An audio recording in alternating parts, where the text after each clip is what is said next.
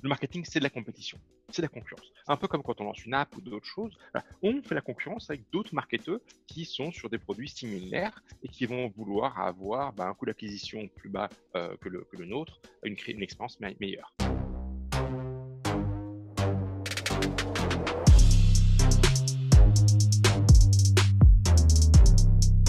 Il y a un truc que j'adore et je pense que c'est une des raisons pour lesquelles, à l'époque de Mention, c'est là où on s'était rencontrés, on avait vraiment accroché, c'est que tu avais du coup un profil technique initialement, ce qui fait qu'aujourd'hui ça différencie, je dirais, en tout cas c'est ma vision, les gens qui ont, on va dire, une appétence technique assez bonne pour pouvoir comprendre tout ce qui se passe dans ce marketing technologique, et il y a les gens qui sont un peu perdus. Et en fait, aujourd'hui, est-ce que tu aurais des conseils à donner de manière très concrète à des gens, tu vois, qui utilisent aujourd'hui les outils comme Intercom, les outils comme Segment, mais qui manquent de certaines choses? Et c'est quoi les bases, selon toi, qu'ils devraient acquérir pour pouvoir un peu mieux comprendre ces choses-là? Moi, il faut savoir que j'écris pas une seule ligne de code, hein. Jamais. Euh, euh, Par contre, je comprends plus ou moins bien comment les choses fonctionnent au niveau, je dirais, des outils Martech, même de l'Internet en général. Et donc, je pense que la base, c'est de pouvoir faire assembler des briques technologiques ensemble.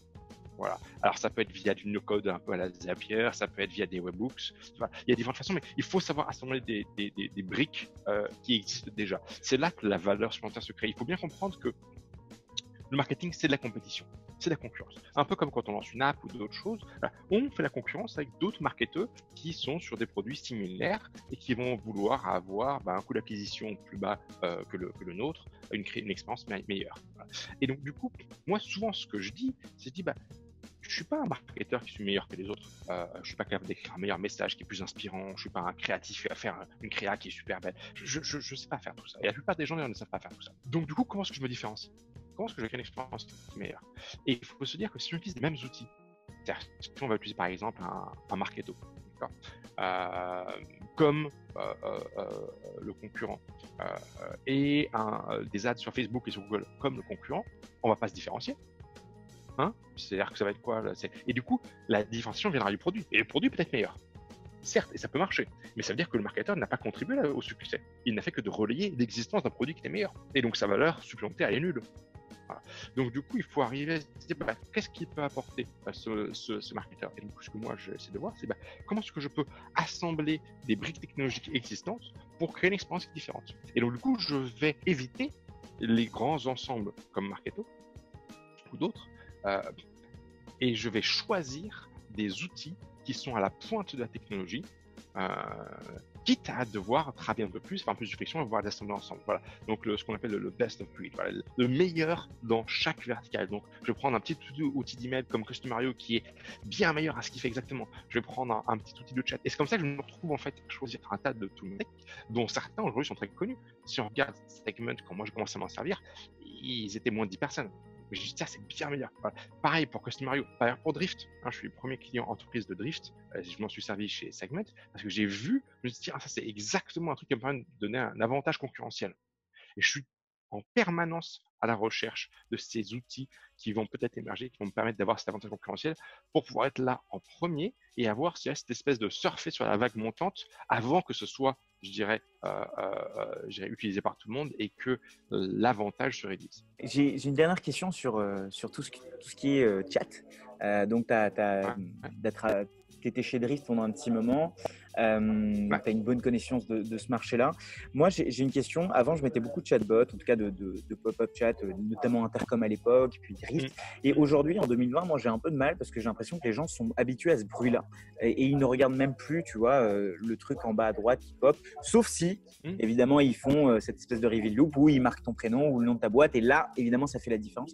T'en penses quoi de cette fonctionnalité de chat? Est-ce que tu penses que tu vois une baisse d'utilisation ou bien au contraire, en fait, c'est juste moi une vision très biaisée?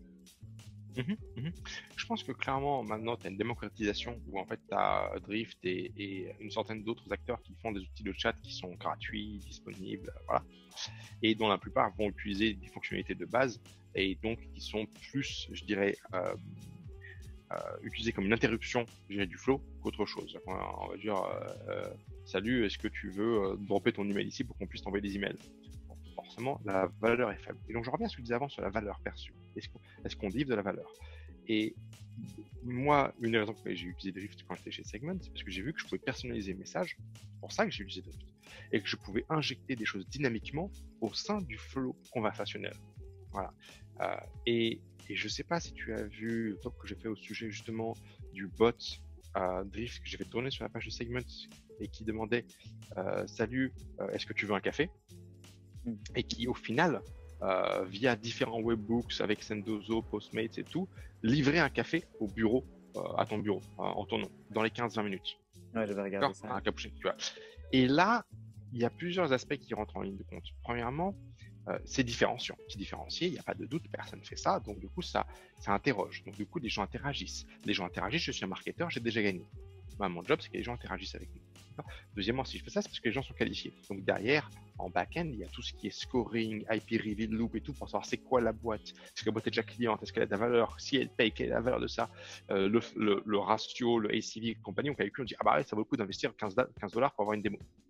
Troisième chose, c'est que bien sûr, il va se passer 15 minutes. Pendant ce temps-là, ben, je vais avoir un humain qui va jump in dans la conversation, qui va rentrer et qui va dire bah, tiens, est-ce que Shubham, est-ce que tu veux une démo? Shubham, réciprocité, il a un café qui l'attend, il ne peut pas dire non. Voilà. Et donc, du coup, il prend la démo. $15 pour une démo, best CAC ever. Best CAC ever. Voilà. Et donc, du coup, l'expérience est bonne, différenciante, amusante. Voilà. Et qualifiée, je sais à qui je parle, je sais pourquoi je le fais. C'est très différent. Et donc, du coup, toujours, et c'est là, parce que c'est quand on parle ce que tu disais en préambule là-dessus, c'était ce qu'on appelle le reversion to the mean, la réversion vers la médiane. C'est-à-dire qu'une expérience nouvelle en marketing comme un chat, tout comme un nouvel ad format, va avoir une période, je dirais, de plus fort taux de conversion, parce que c'est nouveau, c'est différenciant, ça pop aux yeux, c'est quoi ce truc, hein. Et puis, quand ça démocratise, il y a une réversion vers la moyenne, et du coup, les gens disent, oh, bon, ok, j'ignore. Un peu comme les models de quand tu cliques, quand tu zoomes, tu as ta souris qui sort en dehors, et tu dis, ah, reste là. Bon, ça, c'est un peu disparu. Et donc, du coup, il y a deux aspects. Il faut se dire, je dois être le premier à utiliser. Voilà, c'est ce que je fais. Donc, je vais être le premier. Je l'exploite à fond tant que je suis dans les 10% premiers. Ensuite, quand ça commence à démocratiser, je me différencie. Donc, il y a une constante fuite en avant qu'il faut faire. Et moi, j'essaye justement, je stresse le marché et j'essaye de pousser justement pour forcer les autres à réagir. Comme ça, je suis toujours sur l'attaque, si tu veux. Je suis toujours en train de se stresser pour que les gens soient en mode réaction. Et je veux pas moi être en réaction. Il y a cette superbe infographie qu'on pourra lier, je pense, dans les commentaires d'un artiste, data scientist espagnol qui avait fait cette infographie justement sur les leaders de pensée comme étant des météorites et du coup qui ont une espèce de gravité qui attire derrière. Et en fait, tu as vraiment des gens qui ça. Ils partent comme ça en stratosphérique et derrière, tu as les suiveurs. J'essaie d'être la météorite. J'essaie d'être ça et de dire comme ça, c'est pas moi qui suis, ce sont les autres qui suivent. Voilà. Et c'est toujours c'est comme ça que ça marche. Et donc, c'est vrai pour Drift et le chat, mais c'est une vérité qui transcende vraiment l'ensemble du marketing. On a le choix d'être un leader ou d'être un suiveur, et on sait où vont les conversions. Les conversions vont vers les expériences de leader qui fonctionnent.